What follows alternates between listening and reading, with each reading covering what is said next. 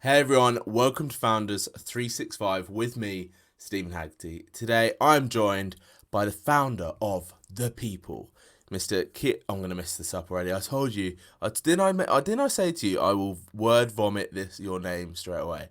But Kian Bakhtiari. Close. Ah, just tell me, man. Just tell me. Bakhtiari. Bakhtiari. I knew it. I knew it. I've messed it up. I'm sorry. But welcome to the show, man. How are you doing? I'm good, thank you. How are you, Steven? Yeah, I'm very well, thank you. Glad to have you on. Really excited to get an in-depth understanding of your business and the approach that you come at with this as well, because I think it's super different. Um, Not many people, well, actually, I don't think I know anyone that is sort of marketing it the way you're marketing it, which is just really fascinating to hear. So, without further ado, tell people what The People is. Yeah, of course. And first off, I just have to say it's good to be on.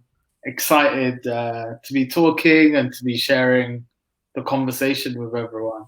Yeah, so as you said, as you've attempted to say, my name is Kian Bakhtiari, and I am the founder of The People.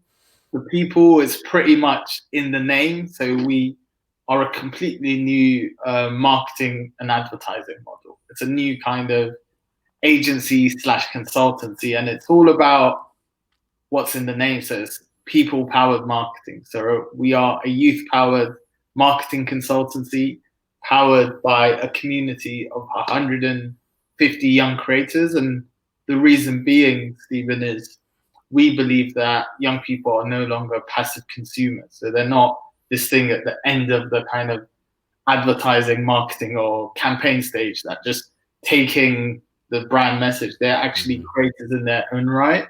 And to get it right and to be effective and to be culturally relevant means you have to create with the audience instead of for them. Love that. For you, well, one question is straight off the bat. When you say young, how young are we talking about? When you say youth, what sort of age range are we talking about? Yeah. So typically, and it really depends. And I think half of it is also mindset, but from an age Definitely. perspective, since you asked, 16 to 24 is the core kind of demographic, Yeah. but we also kind of age up all the way to 30. But that's where we specialize. That's kind of Yeah. where we started everything. Yeah, I mean, the reason I asked that is because I think the word youth can really be misinterpreted and put a huge amount of people off in some Mm. aspects.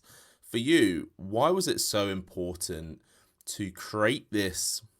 I mean, it almost sounds like you've created this amazing community of creators, which is great. But what was it that inspired you to do this? What was it? What was going on in your world that thought, you know what? I need to create this agency to bring these amazing creators together and start offering out these services at being controlled by, that sort of demographic. Mm. Yeah, great question. So the reason why the people started and the reason why I made that decision was previous to this, I had the chance. I was working at so randomly. So at the time, randomly, I the I story love a started. random story. Friend invites me to a coding event, and little did I know they were recruiting for a completely new startup agency. And someone turned around and was like, "Would you like to be a founding member of a new marketing agency that does the things completely different?" And I was like, "Sure." So that's how it started. So that was 3 years ago, and I was just lucky enough, and there was this task that we did. And from that, I became a founding member of this startup agency, really cool startup agency called 46. And I was lucky enough, Stephen, that was part of a bigger marketing and advertising holding group called Dentsu Aegis Network, which is Hmm. one of the world's biggest marketing and media holding groups. And they have like all sorts of clients. So some of the stuff we were working on was the likes of Adidas, Santander, the government account. And I started as a researcher, strategist, head of strategy for our small kind of agency, which was amazing because we had the best of both worlds. We had the freedom of a startup to do what we wanted, but we also had this backing of a big holding group that had the funds. And to answer your question, as I got along in that journey, at the end, I was youth insight lead across Dentsu Aegis Network, so looking after their youth projects, portfolios, and pitches. And what I realized then was, as I got closer to the kind of heart of where marketing campaigns were created, was a lot of time, effort, and energy was being spent by a lot of smart people to create these campaigns. But on the other side, when I was chilling with my friends, they just couldn't care less. And there was this big disconnect between the two worlds of how much it mattered in that world and how much it mattered in ordinary people's lives when they've got everything else that's going on in their lives. They've got a life. So it's like that advert. It's like the Instagram versus reality. Yeah. It's pretty impressive that must have been a huge decision for you to make that choice to go, right, I'm going to set up the people, I'm going to embark on this mission. When, like, as you just said, you almost had the dream set up by working with this, being a founding member of this really great startup, 46, being backed by this global company. For you, how was it with that transition into the people itself? Yeah, I think what it was for me, it was scary, but I didn't think of it. And I think that's the best things when you don't really think of it. You know it's the right thing to do. Yeah. And was that the 3-year journey? Was that the 3 years ago you made that jump? So it's been almost 2 years since I started the people. 2 years. Yeah. How long has the 2 years been? How have the 2 years been? How have you been growing, and what are some of those struggles that you've had doing it alone? Or, well, not alone. I mean, you have 140 plus community that you've brought on board. Yeah, it's a great question. I think it's been like, I know it's really cliche to say it, but I think it's been a real roller coaster. So in any given week, you've got these kind of real highs and real lows, and you've got this mixture of the best emotions with some of the hardest challenges all combined. So how do you handle that then? How do you handle the roller coaster? How do you handle the roller coaster being a young founder yourself, bringing on this community of young creators? That's a lot of pressure that you've put yourself under. How do you handle that day-to-day roller coaster of just being a founder in that position? Yeah, I think the first part of that answer is I don't think about it. just put it aside. Put it aside. But a more serious response, you have to love it. If you don't love it, and you're not passionate for it, and if it's just a job or just a thing you do, it's near impossible. Mm-hmm. Like, it's during the toughest moments, if you don't really, really love it, it's basically it's no love, basically. No love. For you, what is it you love most? What is it that you drives you every single day, gets up? What is it that makes you turn up to work and build this amazing business that you've built? 1 second, Stephen. Bear with me for one moment. The joys of living in London. London's a busy place, man. 1 moment.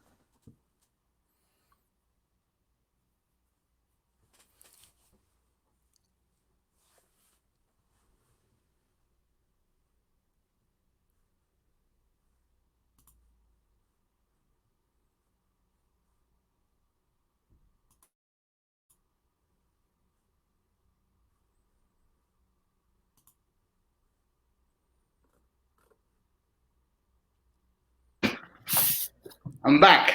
And he's back. Thing is, with that silence, I was like, oh, do I just feel the silence? I don't know. What do I do? You're back. You good to go? You good to carry on? Yeah, all good. Cool, man. I love these live streams. This is real life. And my question was, yeah, so what is it you love most about it? What is it that gets you going every single morning? Because I think that's it's a great answer that you gave, but it's an answer that a lot of people give without real context into that feeling or that actual physical thing within the business that they love most. Because Mm. it's all well and good when people read and they go, hey man, you got to love what you do, you got to have a passion for it. But I think that has to convert onto some level of, actual action in terms of what is it specifically that you love.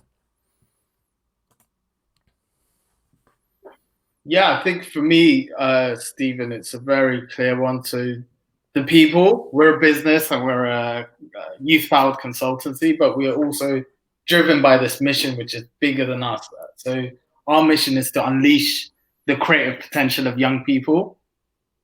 And that's the thing that keeps me going, because the more projects we do, the more we can support young creators in our network. And that makes it all worthwhile. How does it feel, or how did it actually? Here's a better question then. How did it feel when you brought on those first young creatives and you put them on a project and that project did really well and the clients were really happy? How did it feel knowing that you gave that creative that role, that responsibility that perhaps let's face it, they may not have been given that in other areas or other businesses? Yeah, I think that's literally you've described it. That's the best part of the job, because like they're rewarded from a monetary point of view, but it's the feeling they get from collaborating with these brands and kind of Yeah. raising their portfolio is the most powerful thing. Yeah, exactly. You're giving them, what would you say? Would you say you're giving them that access to that, or you're giving them, what is it about the people that creatives are loving and wanting to join?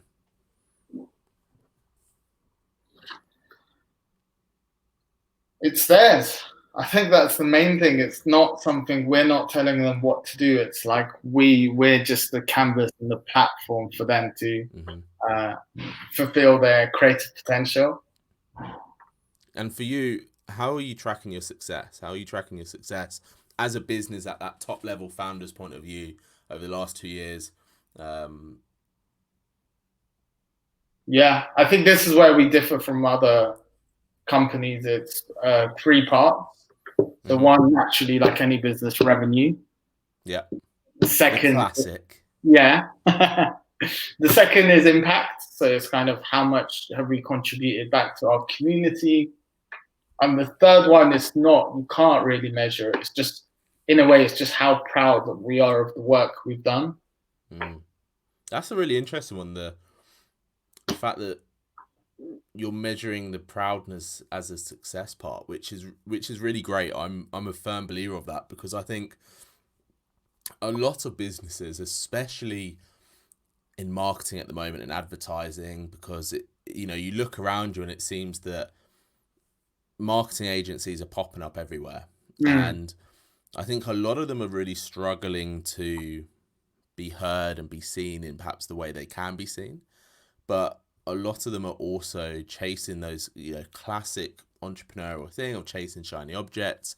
So the fact you've put pride in one of the top three ways that you're leveling, you're determining success, but also it's probably, like you said, one of the hardest things to actually tangibly see.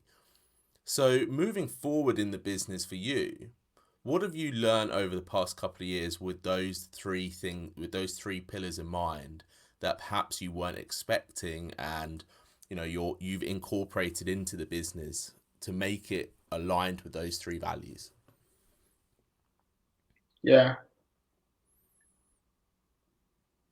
Yeah, I think once again, this is a personal one, but for me, when I started the people, it was all about the mission. And Mm-hmm. what I've learned is how to complement that with make it a real business. And as part of that, there's also understanding the financial realities. Mm. So there's almost a truth that finance speaks that actually helps the mission and helps the impact. Yeah, because Only when you get the balance and the marriage between the two. yeah, definitely. I think one of the things I've seen a lot with creative people as a whole is that they often struggle with that, you know, old school business mentality of actually you've got to make something profitable, you've got to make something worthwhile. You know, it's amazing to create these amazing campaigns and work with incredible people, but at the end of the day, you know, if you're doing it all for free or for very little value, then you're just going to be chasing your tail, right? Mm. For you being able to give those creatives that, I guess, that revenue stream, do you also help mentor them? Do you also help educate them? How do you sort of hold their hand to make sure that one, you know, your name is on the line, I guess, a little bit in that sense, to make sure their work and value is up to scratch, but also to make sure that they can see themselves as Yeah. much as potential as you may see in them? Yeah, I think the first part is we just have full trust. So the people we've chosen are people we really believe in, and actually we believe it's the companies and the big brands that can learn the most from them because they're all experts in their particular field and what they're doing. Mm-hmm. And then in a way, because of the projects they're doing, they're kind of mentoring themselves. So it's almost a shoe they can kind of grow into. Yeah, love that. Have you had any backlash? Have you had any backlash in terms of, you know, really pushing the fact that this youth powered consultancy? Have you had any backlash on that point?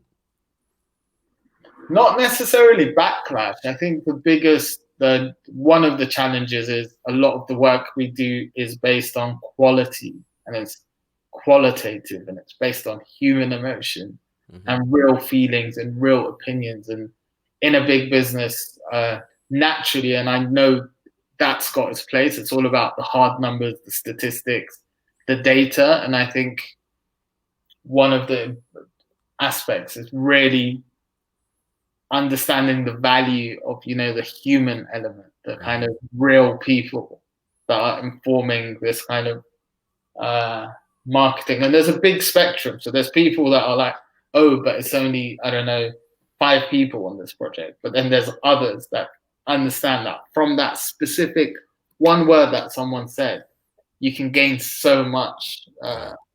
Uh, yeah, harness so much kind of energy and potential and possibilities. Mm. Fe- When you go into new clients and start working on new projects, it sounds like there's that real, you know, you sound like you really do harness that human connection in terms of doing business and you know, really understanding their values and what they want and how they want to connect with their customers. Obviously in the last couple of months, this has probably been a little bit harder for some businesses. Let's just say Mm. that. How have you overcome that? How have you managed to still connect with customers? How have you still managed to sort of get the message across in that right manner and allow brands to do the same? Yeah. I think you're right, Stephen. It's been a challenging time for a lot of people, and um, my message and hope for everyone, like, is hope. There's going to be better days, and there's going to be kind of brighter days. There's I think, always tomorrow. yeah, absolutely, and that's something to celebrate. I think for us, what's clear is we represent the people, we Mm-hmm. represent the ordinary people, and to an extent, we represent the people these brands want to engage with. And arguably, it's more important today than ever before to be connected to the audience, to be Mm. connected to people, and to really understand their hopes, their dreams, their passions, their aspirations, their pain points. Because unless you can do that, and unless you can build a real strong connection, you're going to be disconnected from community, Yeah. from your consumers, and that's really at its core. It's a cultural issue, it's a social issue, but it's also a business Mm. challenge that we Yeah. solve. What about the businesses that just don't get that? just don't understand that. For you, I'm guessing you're a big believer in, the power of no as well. You're only working with brands and companies that completely are on that level of where you stand and what you can offer them and what you can do for them, and they've got to be on board for as much as possible. But in the reality of life, let's put it this way, there are businesses and brands and people that are so focused on that whole like end number and just give me a result that I can tangibly see within the next 2 to 3 months. When you were starting this up, 2 years ago, you've just stepped away from a cushy setup that could have, again, you could have been in that business for a long time and done probably extremely well. But in those early days of the people, was it hard for you to say no to those brands and companies that didn't quite get, your message and your values of your business?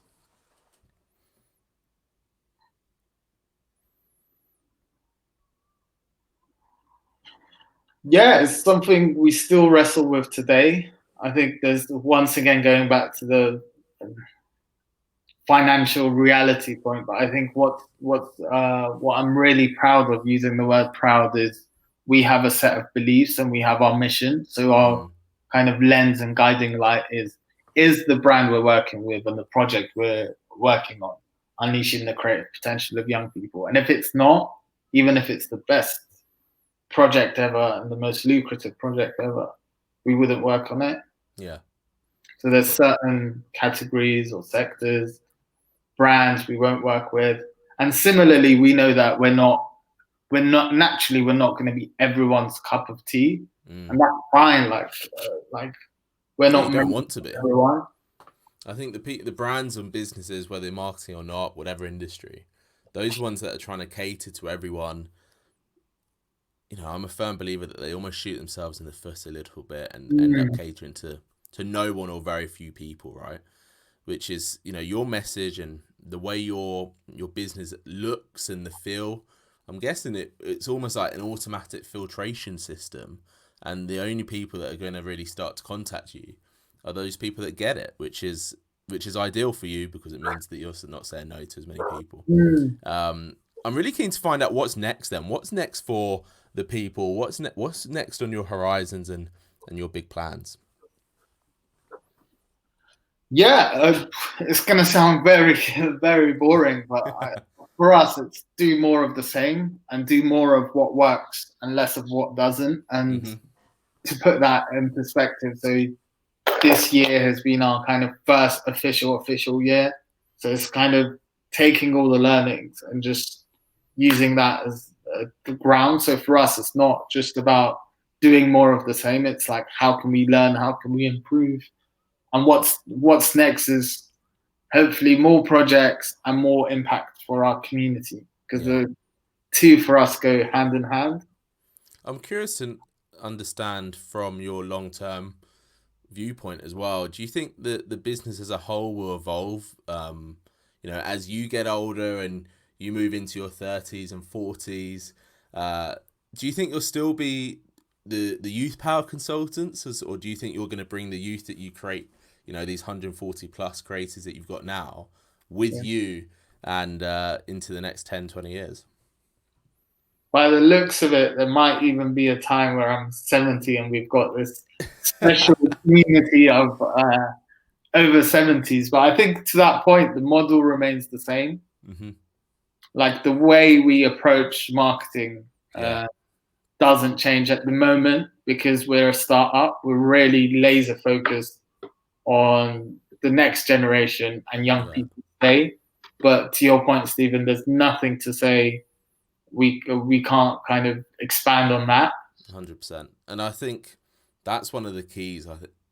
Learnings that I think people are going to see over time from watching a business like yours is it's what you focus on, it's what you've got on your sort of table at the moment, and age and youth, it's just a sort of an avenue to launch and deliver those tangible assets that people are wanting in that moment of time. And I think people forget that. I think people forget that actually businesses can evolve, they can change, they can go on and do other things. There's a lot of pressure on founders at the moment Mm. to really be focusing on that one thing, what you may be focusing on that one thing for now, but a lot of people assume that you're going to be doing that one thing forever. And it just doesn't happen like that, right? For real. It's For real. brilliant. Yeah, I agree with that, man. Love that. For you, what is one of the, I want to kind of wrap this up by getting an insight from you in terms of one of the biggest learnings that you've had in the last, let's say, 6 months. And here's sort of an onset to that question as well. So, like, ignoring COVID, right? What is one of the business lessons that you've still learned?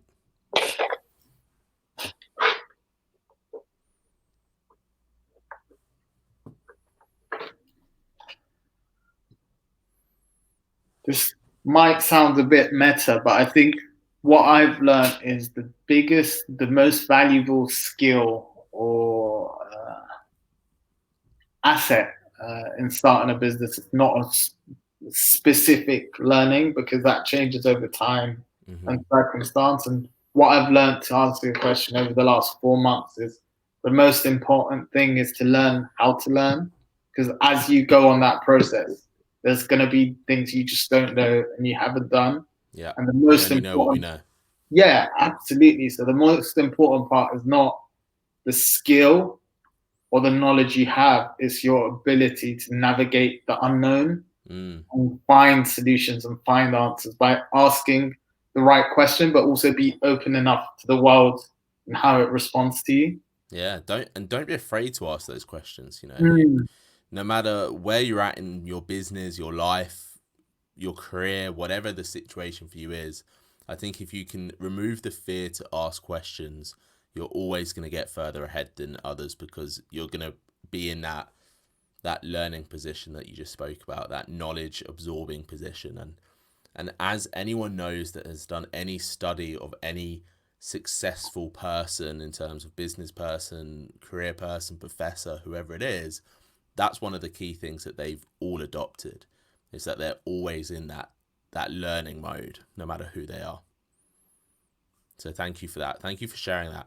My final question is for you then is, how can people find out more about the people? I mean, that's a tongue twister for me, but how can people find out more about the people?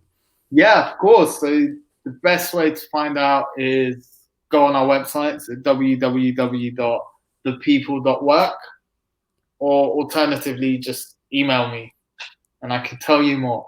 Easy. Love it. Listen, thank you so much for coming on Founders 365. Thanks for sharing your wisdom.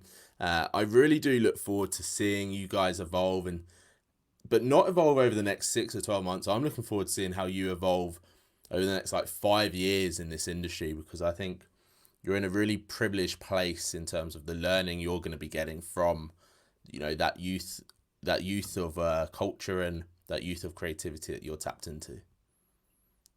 Yeah, I'm excited too, Stephen. Thank you so much. I've really enjoyed this conversation. Love it. Thank you so much. And thanks everyone for watching and listening. This has been Founders 365.